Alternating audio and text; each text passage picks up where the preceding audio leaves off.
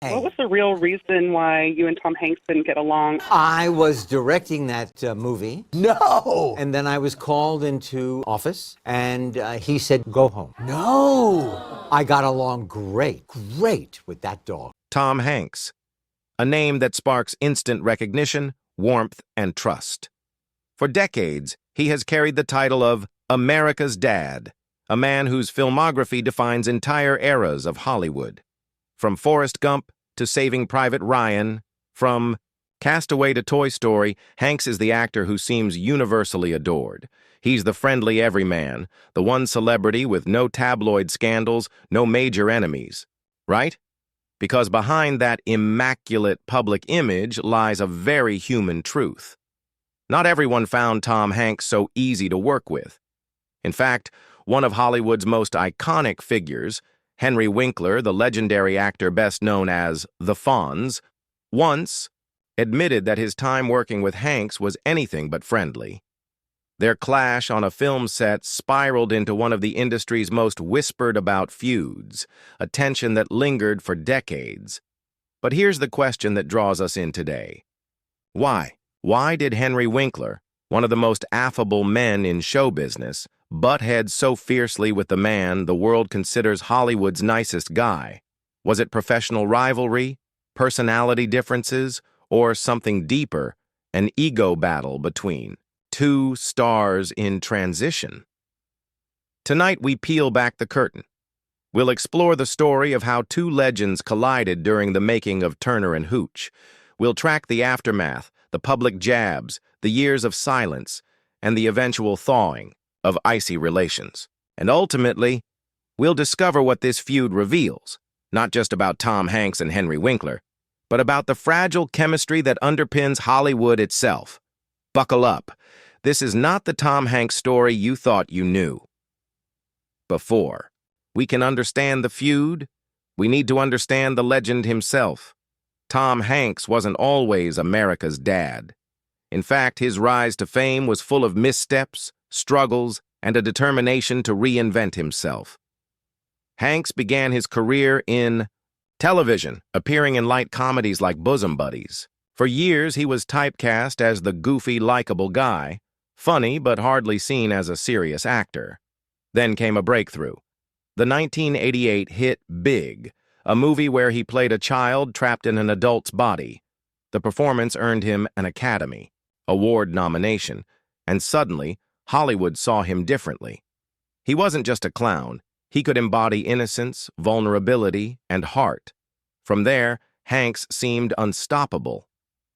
He gave us Forrest Gump, the slow but pure-hearted man whose journey through American history captured the world's imagination. He played Captain Miller in Saving Private Ryan, the quiet hero leading men through unimaginable horrors.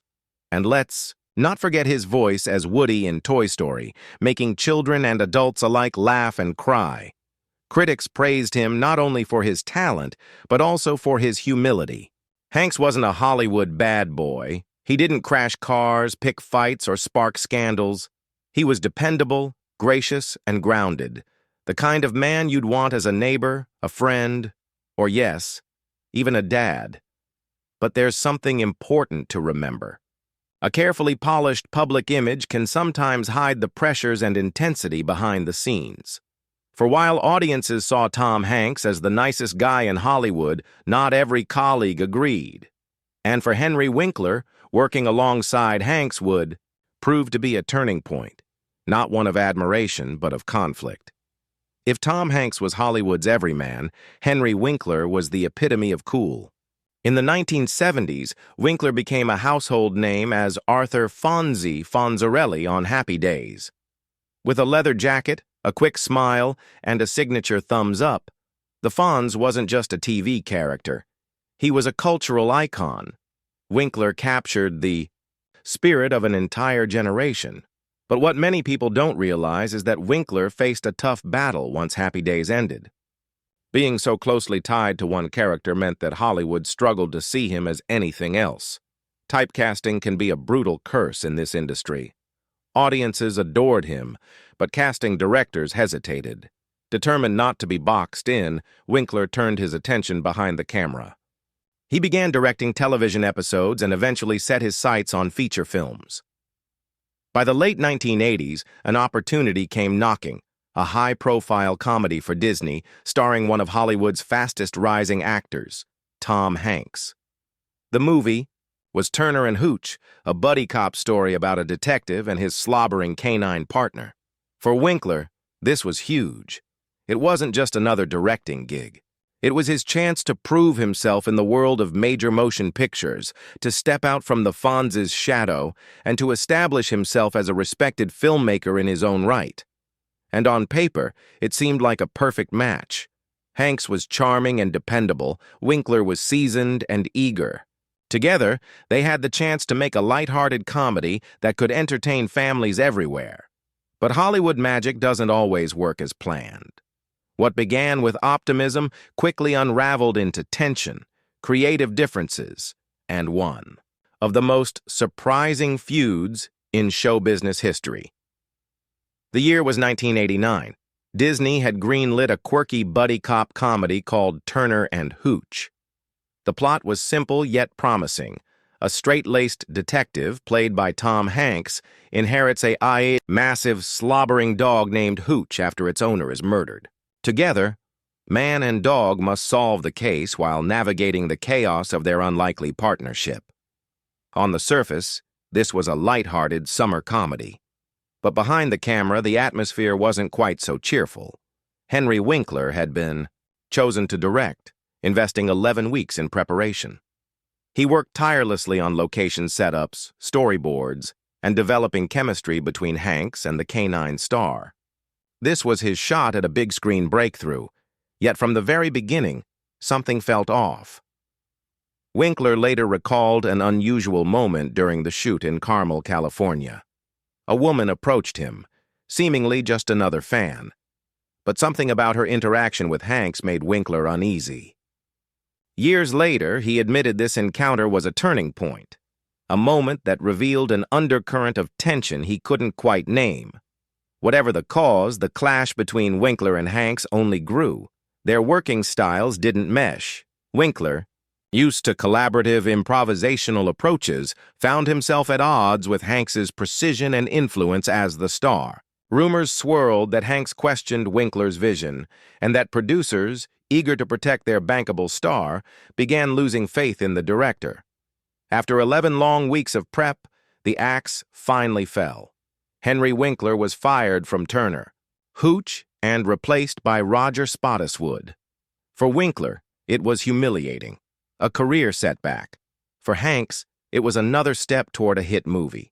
And for Hollywood, it marked the beginning of a feud that fans would whisper about for decades. Hollywood is full of mismatched partnerships, but the one between Tom Hanks and Henry Winkler was especially fraught. Once filming for Turner and Hooch moved forward, the cracks in their collaboration became impossible to ignore. Winkler had invested weeks into shaping the project. He had his own vision for the film, one that leaned into heart and character development. But Tom Hanks, riding the wave of his rising stardom, had strong opinions of his own.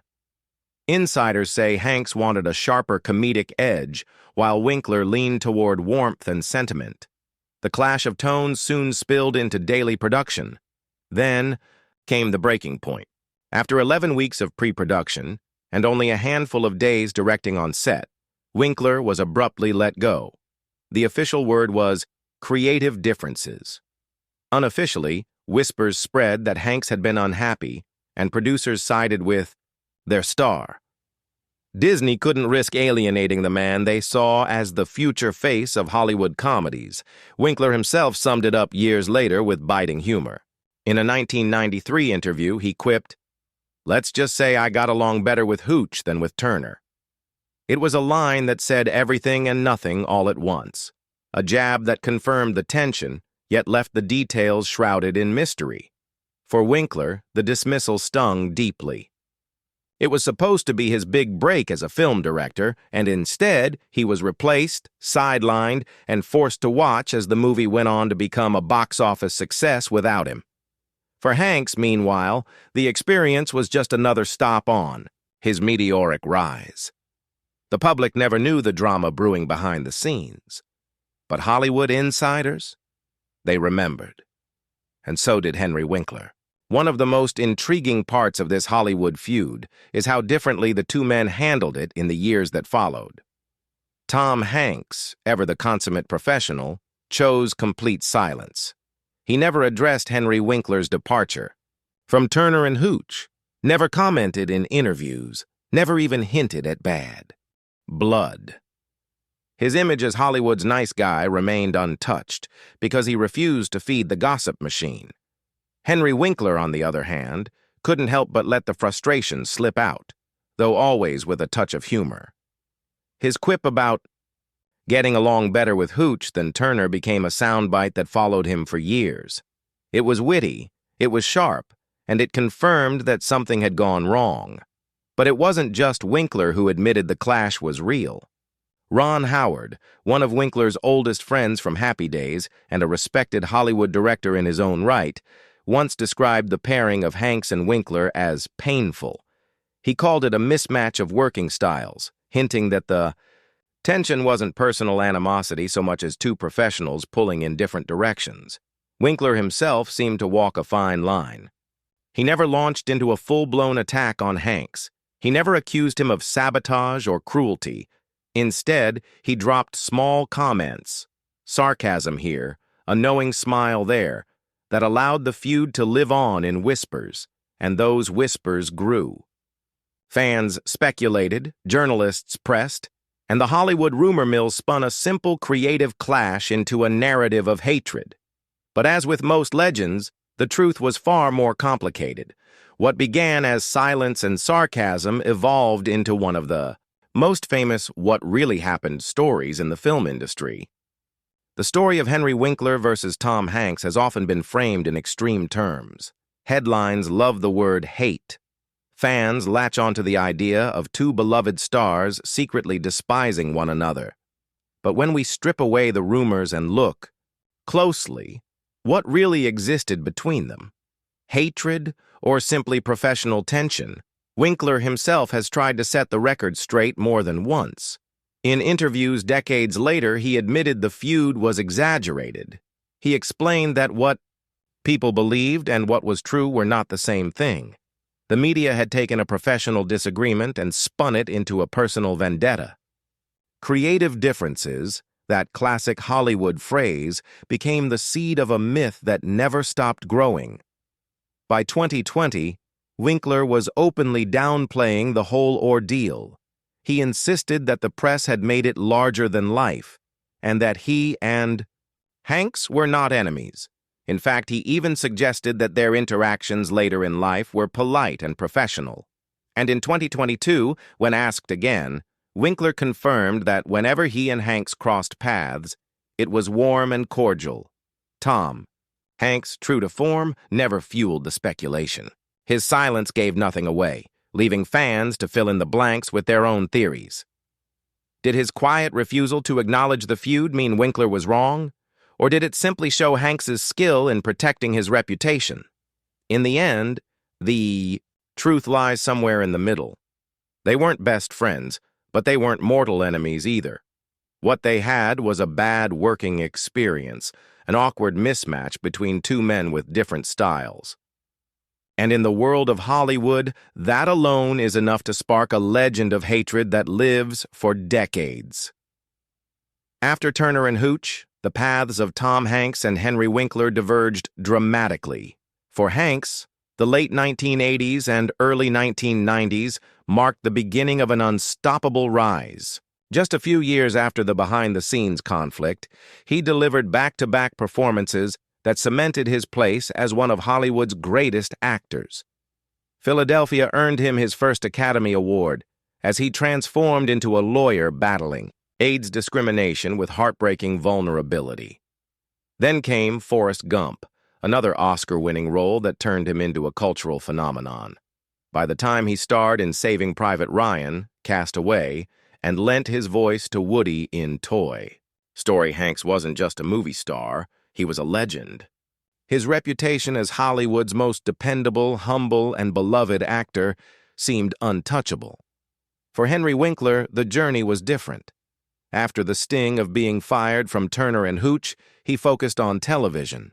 He directed episodes of popular shows, built a steady career behind the camera, and carved out a respected place as a producer. Years later, he reinvented himself as a character actor, winning a Primetime Emmy for his role in the dark comedy Barry. Winkler's comeback story proved that his legacy wasn't limited to happy days. He had depth, resilience, and talent that spanned decades, and while the feud remained a shadow in the background, both men thrived.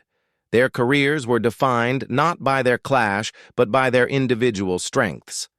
Hanks, the everyman icon; Winkler, the survivor who reinvented himself time and again. Together, they illustrate a powerful truth. Even when collaborations fail, legacies can still flourish. One bitter Hollywood chapter didn't stop either man from becoming a legend in his own right. So, after all the whispers, the interviews, and the speculation, what do we actually know about the feud between Henry Winkler and Tom Hanks? The truth, as it often is in Hollywood, is far less dramatic than the legend. What happened on the set of Turner and Hooch was, at its core, a clash of styles. Winkler, still carving out his identity as a film director, wanted to craft a heartfelt, character-driven story. Hanks, already a bankable star with his own instincts about comedy and timing, had a different vision. Add in the pressure of studio expectations and the ticking clock of production, and something had to give. Unfortunately for Winkler, it was his seat in the director's chair. Over the years, Winkler himself admitted the story was blown out of proportion.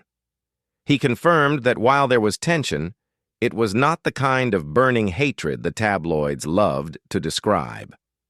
In fact, he made it clear that the media had inflated a professional disagreement into something far juicier. And Hanks? His silence speaks volumes. By never addressing the matter, he allowed his reputation to remain spotless. Fans continued to see him as untouchable, the gentleman of Hollywood who never stooped to gossip. What we know now is that this wasn't a story of betrayal or personal loathing. It was a professional misfire, a bad partnership that didn't work out. Winkler lost a project, Hanks gained a hit, and the legend of their feud lived on longer than the conflict itself. In the end, the so-called hatred wasn't real hatred at all. It was Hollywood myth-making, fueled by quips, silence, and the public's hunger for drama behind the curtain.